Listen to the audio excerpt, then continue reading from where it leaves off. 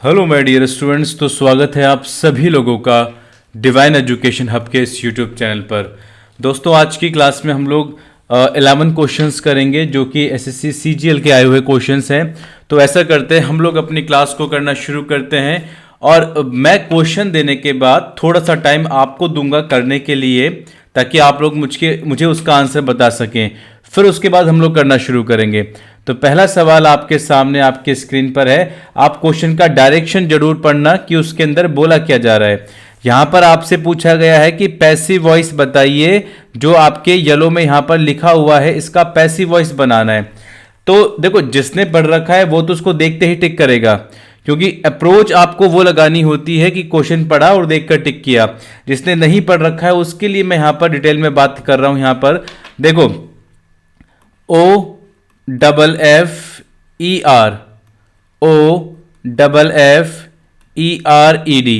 और ऐसे ही OFFERED। ये V1 है, ये V2 है और V3 भी हमारी क्या है, यही है। ईडी लगकर हमारी क्या बन रही है, V3 बन रही है। क्लियर हो रही बातें? ठीक है। अब जरा देखते हुए चलना कि हम लोग है ना पैसिव वॉइस के कंसेप्ट के अंदर क्या कर रहे हैं। अगर आपके सामने सेंटेंस में वर्ब की सेकंड फॉर्म आती है, ठीक है, अगर आपके सामने सेंटेंस में आती है वर्ब की सेकंड फॉर्म, तो उस कंडीशन में आप क्या करेंगे। जैसे यहां पर क्या दे रखा है, यहां पर आपको वर्ब की सेकंड फॉर्म देना है, दे रखी है। और एक बात ध्यान में रखना, अगर आपके साथ में कोई भी, कई बार क्या होता है ना, V2 और V3 सेम होती है, दोनों में ईडी लगकर आता है। अब डिफरेंस कैसे पैदा करें कि सर ये V2 है या फिर V3 है। तो V2 की एक खासियत होती है कि इसके साथ में कभी भी हेल्पिंग वर्ब नहीं आती है। V2 के साथ में कभी भी आप हेल्पिंग वर्ब का यूज नहीं कर सकते, एक इस बात का ध्यान में रहे। और V3 की खासियत ये होती है कि V3 के साथ में आपको हमेशा हेल्पिंग वर्ब का यूज करना ही पड़ेगा, ये इसकी खासियत है। मेरे ख्याल से आपको डाउट क्लियर हो गया होगा इस चीज का। अगर आपके एक्टिव वॉइस में V2 हो और आपको बनाना है उसका क्या, पैसिव वॉइस, तो कुछ ना करें, V2 को तो V3 में बदल दें, क्योंकि पैसिव वॉइस में हमेशा V3 आता है, और साथ में जोड़ दें वॉज को या फिर वर को। ये बन जाएगा आपका पैसिव वॉइस V2 का। अब क्योंकि यहां पर V2 दे रखा है, क्योंकि साथ में कोई हेल्पिंग वर्ब नहीं है, इसका मतलब ये वर्ब की सेकंड फॉर्म है।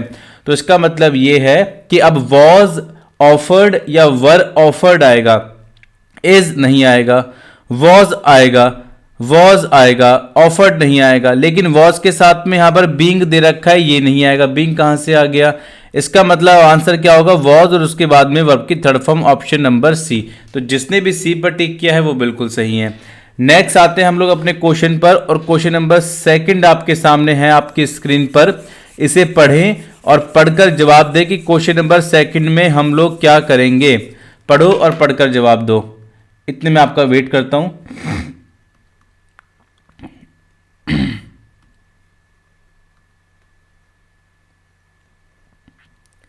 चलिए ठीक है, सेंटेंस है यहां पर, यह है आपका फिल इन द ब्लैंक वाला सवाल। आई लाइक, मुझे पसंद है, बोथ क्या क्या, मुझे टी भी पसंद है और कॉफी भी पसंद है, दोनों ही पसंद है। बट लेकिन प्रेफर, लेकिन मैं प्रेफर करता हूं द डैश, मैं पसंद मुझे दोनों है लेकिन मैं इसको प्रेफर करता हूं। अब देखो, इन सभी के मतलब एक बार जान लेते हैं क्या क्या होता है। यहां पर मैं लिख रहा हूं, सबसे पहले लीस्ट है। लीस्ट क्या होती है, LESS या फिर LESSER, और एक होता है हमारा लिटिल, LITTLE, जिसका मतलब होता है बहुत थोड़ा सा, ठीक है ना, बहुत थोड़ा सा। लिटिल, लेस या लेसर, और उसके बाद में लीस्ट। आप एडजेक्टिव में पढ़ेंगे कि ये हमारी पॉजिटिव डिग्री है, ये हमारी कंपैरेटिव डिग्री है, दोनों ही सही है, और ये हमारी सुपरलेटिव डिग्री है। तो लीस्ट का मतलब कुल मिलाकर होता है, डिग्री किसकी, एडजेक्टिव की। तो लीस्ट का मतलब कुल मिलाकर होता है बहुत कम, ठीक है, इसका मतलब होता है बहुत कम। दूसरी बात, LATTER का यहां पर यूज किया है, तो इसको मैं जरा यहां पर बता देता हूं।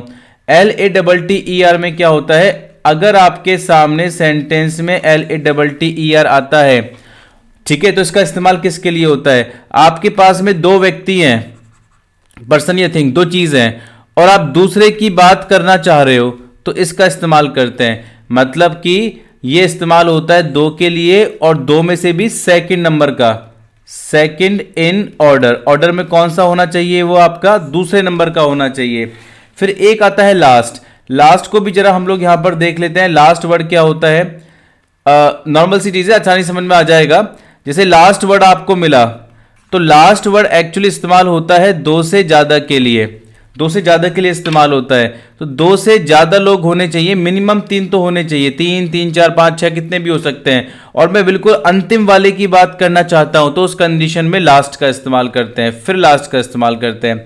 जैसे मैंने बोला टी और कॉफी दोनों ही पसंद है, लेकिन मैं प्रेफर किसको करता हूं, तवज्जो किसको देता हूं? तो दो है, एक ये और दूसरे वाले की बात कर रहा हूं। तो दो हो और दूसरे वाले की बात की जाए तो फिर क्या आता है? उस कंडीशन में LATTER आता है। तो जिसने भी बी पर टिक किया है वो सभी लोग यहां पर क्या हैं? सही है। क्लियर? चलिए, और एक LATTER जरूर दे रखा है यहां पर, LATR का मतलब होता है, आप इसको ऐसे याद रखना, बाद में। ये टाइम के रेस्पेक्ट में इस्तेमाल होता है, जिसको बोलते हैं यू गो, तुम जाओ मैं बाद में आऊंगा, आई विल कम लेटर। तो ये वो वाला है। चलिए नेक्स्ट आते हैं क्वेश्चन नंबर 3 पर, और क्वेश्चन नंबर 3 आपके सामने है आपकी स्क्रीन पर। पढ़ें और पढ़कर जवाब दें कि इसके अंदर क्या होगा। पूछा क्या गया है आपसे? पूछा आपसे इनडायरेक्ट स्पीच गया है, ठीक है ना? पूछा आपसे इनडायरेक्ट स्पीच गया है कि यहां पर क्या हमें करना है। देखो भाई, सीमा, अब इनडायरेक्ट आपने नहीं पढ़ रखा लेकिन फिर भी देख लो, ऑब्जर्व करो। सीमा रिमार्क, सीमा ने रिमार्क क्या किया? वॉट अ गुड आइडिया, किया, क्या शानदार आइडिया दिया आपने। और पीछे क्या लगा रखा है? Exclamatory symbol. तो जब कभी आप किसी चीज पर आश्चर्य व्यक्त करते हैं तो उसके लिए वर्ड बना हुआ है एक्सक्लेम्ड। एक्सक्लेम्ड का मतलब होता है आश्चर्य व्यक्त करना। इतनी बात समझ में आ गई? तो फिलहाल मैं इसको तो यहां पर नहीं करूंगा, तो ये भी गलत और ये भी गलत। क्लियर? अब दूसरी बात, जब भी आप ऐसे बोलोगे ना व्हाट ए शॉट, क्या शॉट मारा, तो आप अपना आश्चर्य व्यक्त करने की कोशिश कर रहे हो। और ऐसे सेंटेंस फिर इट से शुरू होते हैं और वेरी का इस्तेमाल होता है। तो देखो, आपने दैट का इस्तेमाल किया और फिर क्या बोला आपने? It was a very good idea. फिर आपने वेरी का भी इस्तेमाल किया, ठीक है? और इट से ना यहां पर इस्तेमाल है, तो ये वैसे ही गलत है, क्योंकि भाई जब अंदर ये रिमार्क्ड V2 दे रखा है तो इन्वर्टेड कॉमा के अंदर भी V2 ही जाएगा, मतलब पास्ट जाएगा। तो यहां पर क्या दे रखा है आपको? यहां पर तो दे रखा है प्रेजेंट, ये गलत है। तो आंसर केवल और केवल क्या होगा? ऑप्शन नंबर सी आंसर होगा, ठीक है? चलिए नेक्स्ट आते हैं हम लोग अपने क्वेश्चन नंबर 4 पर। 5 क्वेश्चन करने के बाद में छठा क्वेश्चन क्लोज टेस्ट का है। तो 6 से लेकर 11 तक जो सवाल है वो क्लोज टेस्ट के हमारे, तो इनको देख लेते जरा। क्वेश्चन नंबर 4 पर आते हैं। बेहद आसान सवाल है। ईडियम का मतलब पूछा गया है, और ईडियम भी कौन सी है? A close fisted person.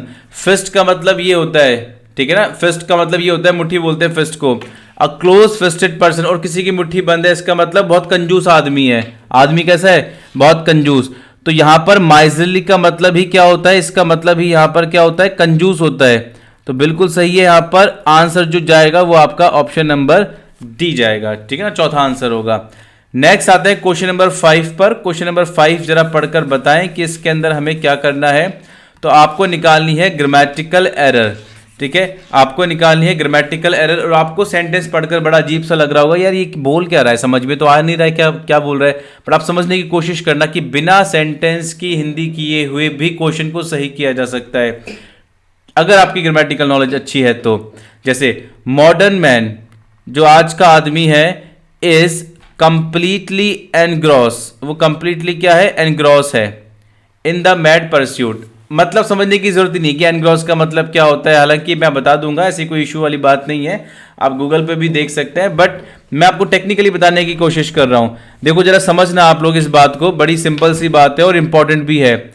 अगर आपको सेंटेंस में कहीं पर यह मिलता है हेल्पिंग वर्ब के तौर पर, इज, एम, आर, वॉज, वर, अगर आपको सेंटेंस में ये मिलता है इज, एम, आर, वॉज, वर, तो इसके बाद दो ही तरह की वर्ब सेंटेंस में आ सकती है इनके बाद में, ठीक है? इनके बाद में केवल दो ही तरह की वर्ब आ सकती है। कौन कौन सी है? इनके बाद में या तो वर्ब की आईएनजी वाली फॉर्म आएगी, ध्यान में रखना, is, am, are, was, were के बाद में। अगर वर्ब की आईएनजी वाली फॉर्म नहीं है तो वर्ब की थर्ड फॉर्म आएगी। क्लियर। और इंपॉर्टेंट चीज क्या है, इंपॉर्टेंट चीज ये है कि वर्ब की जो आईएनजी वाली फॉर्म आएगी वो तो आएगी एक्टिव वॉइस में, और V3 जो आएगी वो आएगी पैसिव वॉइस में। तो आपको इतना सा याद रखना है कि is am are was were के बाद में दो ही तरह की वर्ब आने की संभावना बनती है। कौन कौन सी, या तो आईएनजी वाली या फिर V3 वाली। इनके अलावा अगर कुछ लिखा गया है is am are was were के बाद में तो समझ जाना फिर वो वर्ब नहीं होगी। ठीक है ना। और आपको वर्ब है तो इन दोनों में से ही कोई रखनी पड़ेगी। अब जैसे मैंने यहां पर देखा इसके बाद में इसने एनग्रॉस दे रखा है। ठीक है, इनके बाद में इसने दे रखा है एनग्रॉस, जरा समझना, इसके बाद में दे रखा है इसने एनग्रॉस दे रखा है। और एनग्रॉस भैया वर्ब की फर्स्ट फॉर्म होती है, तो वर्ब की फर्स्ट फॉर्म नहीं चाहिए मुझे is am are was verb के बाद में, मुझे चाहिए या तो ये लगाओ या फिर ये लगाओ। और अभी आपको नॉलेज नहीं है या फिर है, उसको मैं छोड़ के चल रहा हूं। ये सेंटेंस जो लिखा पड़ा है वो पैसिव वॉइस में लिखा पड़ा है, इस वजह से एनग्रॉस की जगह पर आपको V3 का इस्तेमाल करना पड़ेगा, ENGROSS ED का इस्तेमाल करना पड़ेगा। ठीक है, तो V3 का इस्तेमाल करना पड़ेगा, पैसिव वॉइस है। तो इसलिए गलती कहां पर है, गलती है आपके ऑप्शन नंबर डी में। तो जिसने भी डी पर टिक किया है वो सभी लोग यहां पर सही है। देखो नेक्स्ट आ रहे हैं हम लोग अपने 6 क्वेश्चन के बाद में क्लोज टेस्ट पर आ रहे हैं। बस एक क्वेश्चन को और कर लेते हैं, उसके बाद में क्लोज टेस्ट शुरू करेंगे और फिर हम लोग अपनी क्लास का एंड करेंगे। तो भाई ये क्वेश्चन देखो, अ बेड ऑफ रोजेज, ये पूछा गया था। अब बताओ कितना आसान सवाल है। अ बेड ऑफ रोजेज, गुलाबों से भरा हुआ बिस्तर, इसका मतलब आरामदायक की बात हो रही है, काम बड़ा आसान है। इसका मतलब an easy and happy situation, situation कैसी है, आसान और हैप्पी है। डिफिकल्ट पाथ नहीं होगा, डिफिकल्ट रास्ता नहीं होगा, फ्लावर्स वगैरह, प्लीजेंट का मतलब अच्छी परफ्यूम, ये नहीं होगा, आंसर भी होगा। ठीक है, चलिए अब आते हैं हम लोग अपने क्वेश्चन नंबर 7 पर। और क्वेश्चन नंबर 7 में है भैया क्लोज टेस्ट। पढ़ो क्लोज टेस्ट में क्या होगा, साथ साथ में करते हैं। देखो मैं क्लोज टेस्ट को है ना करने का तरीका बता रहा हूं। ये आपका जो क्लोज टेस्ट जब एग्जाम में पूछा गया तो 2 पैराग्राफ लग रहे हैं मुझे, अह्यूज नहीं, पैराग्राफ तो एक ही है। चलो कोई दिक्कत नहीं, फिर आसान है, एक पैराग्राफ में तो और आसान हो जाता है। अब जरा समझने की कोशिश करना। अ डैश, जब भी क्लोज टेस्ट आए ना एक बार रीड मार लिया करो, पूरा काम आसान हो जाता है। A dash of trucks carrying soldiers, एक ट्रक्स, बहुत सारे ट्रक्स जा रहे थे और वो क्या कैरी कर रहे थे, उसमें बहुत सारे सोल्जर्स भी थे। Was coming down the mountain road, ठीक है ना, was coming down the mountain road मतलब वो पहाड़ी रास्ते पर थे और काफी सारे सोल्जर्स चल रहे थे अपने अपने ट्रकों के अंदर। तो काफी सारे ट्रक चल रहे थे और माउंटेन रोड था, पहाड़ी रास्ता है, वहां पर चल रहे हैं। आपको थीम पकड़ के चलना है बस। The trucks dash slowly as there had been a heavy snowfall, और जो ट्रक्स थे वो धीरे धीरे चल रहे थे क्योंकि बड़ा भारी भरकम स्नोफॉल हो रहा था, जैसे फिलहाल अभी हिमाचल और उत्तराखंड कश्मीर वगैरह में हो रहा है, ऐसा स्नोफॉल हो रहा था बढ़िया वाला उस एरिया के अंदर। तो धीरे धीरे चल रहे थे। एकदम से क्या होता है, एकदम से with a dash a huge tree, एक बड़ा सारा पेड़, ऑन द हिल साइड मतलब पहाड़ की तरफ से फैल गिरता हुआ आ रहा है, ब्रिंगिंग अलोंग, और अपने साथ में क्या लेता हुआ आ रहा है, बोल्डर्स एंड मड। बोल्डर का मतलब होता है एक तरीके से वो पत्थर टाइप के, बोल्डर का मतलब पत्थर, मोटे मोटे जो होते हैं चट्टान टाइप के पत्थर रखे होते हैं, तो उनको लुढ़काता हुआ लेकर आ रहा है वो ट्री, और साथ में कीचड़। Dash the driver of first truck, जो बहुत सारे ट्रक चल रहे थे तो जो पहले ट्रक का जो ड्राइवर था, स्टॉप्ड इन टाइम, वो समय रहते उसने अपनी गाड़ी रोक दी। The soldiers got down, soldiers नीचे उतरे, गॉट डाउन मतलब नीचे उतरे, एंड स्टार्टेड, और स्टार्ट कर दिया था, डैश द रोड, रोड को कुछ करना। ठीक है, जितना पढ़ सकते थे हम लोगों ने उतना पढ़ लिया है। अब हमें देखना है कि इसके अंदर फिल क्या करेंगे, अब हमें ये देखना है। क्लियर है बातें? ठीक है, चलो अब देखना शुरू करते हैं। पहले इन सभी का मतलब जान ले। पहला वर्ड आया है आपका बेबी, तो पहले बेबी का मतलब जाने कि बेबी का मतलब क्या होता है।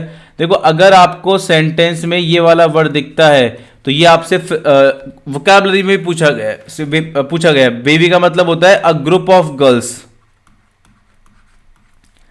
अ ग्रुप ऑफ गर्ल्स, लड़कियों का ग्रुप अगर सामने से आ रहा है तो उसको बेबी बोलते हैं। कॉन्वॉय का मतलब होता है काफिला, जैसे काफिला तो आप लोग समझते होंगे जब बहुत सारी गाड़ियां एक साथ चलती है कि सीएम का काफिला जा रहा है, बहुत सारी गाड़ियां एक साथ चलती है, उसको काफिला बोलते हैं। ठीक है, क्रू मेंबर्स कौन से होते हैं, क्रू मेंबर्स हमारे शिप में होते हैं, ठीक है, तो उनको क्रू मेंबर्स बोलते हैं जो वहाँ पर काम करते हैं, ठीक है ना, किसी ना किसी तरह का कोई ना कोई काम करते हैं, उन्हें क्रू मेंबर बोलते हैं, फ्लॉक। और लास्ट हमारा बचता है FLOCK, फ्लॉक का मतलब और देख लो, देखो कीट पतंगे जो होते हैं ना, हमारे कीट पतंगे, उनका जो ग्रुप होता है उसके लिए इस्तेमाल होता है झुंड। आप तो फ्लॉक को क्या बोले, आप तो इसको झुंड बोले, मैं यहां पर लिख भी देता हूं, आप तो इसको क्या बोले, झुंड बोले, क्लियर। और झुंड भी किसका, नॉर्मली पशु के झुंड के लिए इस्तेमाल करते हैं। तो यहां पर आपको किस पर टिक करना होगा, यहां पर आ रहा है काफिला, अ काफिला of trucks, a convoy of trucks, trucks का एक काफिला चल रहा है, उसमें सोल्जर्स हैं, वो अपने पहाड़ी रास्ते से नीचे आ रहे हैं, ट्रक्स डैश स्लोली, ट्रक धीरे धीरे चल रहा है। तो जरा क्वेश्चन चेंज कर ले, एक बार क्वेश्चन चेंज करते हैं। तो क्वेश्चन चेंज करने पर क्या पाया, वहां पर हम लोगों ने पाया कि जो ट्रक है वो धीरे धीरे चल रहा है, एज देयर, क्योंकि हैड बीन हैवी स्नोफॉल, उस एरिया में बहुत स्नोफॉल है। तो पढ़ के देख लेते हैं, the trucks dash slowly, the trucks, अच्छा ट्रक्स है, ट्रक्स चल रहे हैं, और आपका जो ये ट्रक्स है यहां पर, ये आपका जो सब्जेक्ट है ये कैसा है, तो आप बोलोगे सर ये तो प्लूरल है, और जब सब्जेक्ट प्लूरल होता है तो वर्ब भी प्लूरल होती है। और बात किसकी हो रही है, यहां वाज को देख लो, बात पास्ट की हो रही है, तो वॉज या वर आएगा, तो वॉज या वर आएगा, तो यहां पर वर आएगा, क्यों, क्योंकि ट्रक्स चल रहे हैं और ट्रक्स प्लूरल है, इस वजह से आपको किस पर टिक करना है, वर मूविंग पर टिक करना है। मेरे ख्याल से सारी बातें सही हो जाएंगी आप लोगों की, तो आपको ए पर टिक करना है। नेक्स्ट बढ़ते हैं क्वेश्चन नंबर 3, क्वेश्चन नंबर 3 देख लेते हैं। सडनली, अचानक से, with a dash, a huge tree on the hill side fail bringing along, साथ में बोल्डर मतलब बड़े बड़े पत्थर और कीचड़ लेता हुआ आ रहा है वो। Suddenly with a crash, crash होगा भाई यहां पर, ठीक है। बज का मतलब मैं आपको बता देता हूं, बज का मतलब मधुमक्खी नहीं होती, मधुमक्खी बी वगैरह, बीज, मधुमक्खियों को बीज बोलते हैं, इनकी जो भिन भिनाहट की आवाज होती है उसको बज बोलते हैं, ठीक है ना, इनकी जो भिन भिनाहट की आवाज होती है उसको हम लोग क्या बोलते हैं, उसको बज बोलते हैं, क्लियर। तो यहां पर मैंने आपको ब्लस का मतलब बता दिया है कि ब्लस का मतलब, बज का मतलब क्या होगा, वो क्लियर है। दूसरा जो वर्ड है आपका, दूसरा वर्ड भी लिख लो यहां पे, स्प्लैश। स्प्लैश अब मैं कैसे बताऊं इसको, देखो लिखवाने में तो बहुत बड़ा आएगा, तो मैं इसको वैसे नहीं बताऊंगा, आप क्या करें, स्प्लैश को वैसे समझ लें, जो छपाक की सी आवाज आती है ना, छींटे पड़ने की, छपाक की, जो पानी की छपाक की आवाज आती है उसको बोलते हैं, ठीक है, छींटे पड़ना और ऐसे बूंदे गिरना, किसी के ऊपर छपाक की आवाज आना, उसको स्प्लैश बोलते हैं। स्क्रीम का मतलब चिल्लाना होता है, तो यहां पर क्या हो गया, एक विद अ क्रैश, एक क्रैश सा हुआ, और एक बड़ा सारा ट्री बोल्डर्स वगैरह को, मतलब बड़े बड़े पत्थरों को, मिट्टी को लेकर आ रहा है। नेक्स्ट हम लोग पढ़ते हैं क्वेश्चन नंबर 4। क्वेश्चन नंबर 4 जरा पढ़ते हैं कि इसके अंदर क्या है। क्वेश्चन नंबर 4 के अंदर है, लेकर आ रहा है, dash the driver of first truck stopped in time. In time का मतलब होता है समय रहते, ठीक है ना, समय रहते, तो समय रहते पहले ट्रक का ड्राइवर था, उसने गाड़ी को क्या कर ली, भाग्यवश। लॉजिकली का मतलब तो दिमाग से, मैजिकली जादू से, सिमिलरली तो उसके सिमिलर है, तो भाग्यवश, तो भाग्यवश फॉर्चुनेटली आंसर होगा, भाग्यवश उसने क्या किया, उसने अपनी गाड़ी को समय रहते रोक लिया, जिससे पीछे वाले लोग भी बच गए। The soldiers got down, soldiers नीचे उतरे, ठीक है, अब उनको तो आगे जाना था भाई सोल्जर्स को, तो सोल्जर्स नीचे उतरे, और उन सोल्जर्स ने क्या किया, और उन सोल्जर्स ने स्टार्ट किया द रोड, मूव करना, अलर्ट करना, चेंज करना। उन्होंने क्या, रोड चेंज कर दिया, नहीं भाई वो सोल्जर्स लोग हैं, बहुत कायदे वाले लोग होते हैं, ठीक है, बहुत कायदे वाले लोग होते हैं, तो उन्होंने क्या किया, उस रोड को क्लियर करना शुरू कर दिया, पर ठीक है, रोड क्लियर करते हैं ताकि हम भी निकले और पीछे से कोई आए तो फिर वो भी निकले, तो रोड को उन्होंने क्या कर दिया, क्लियर कर दिया। तो यहां पर आएगा ऑप्शन नंबर टी। तो डियर स्टूडेंट्स, हम लोगों ने इस तरीके से यहां पर आज की क्लास में 11 क्वेश्चंस किए हैं, और होपफुली आपको ये 11 क्वेश्चंस बहुत अच्छे समझ में आए होंगे। तो ऐसा करते हैं, हम लोग मिलेंगे नेक्स्ट क्लास में, तब तक के लिए bye bye everyone, take care, good night.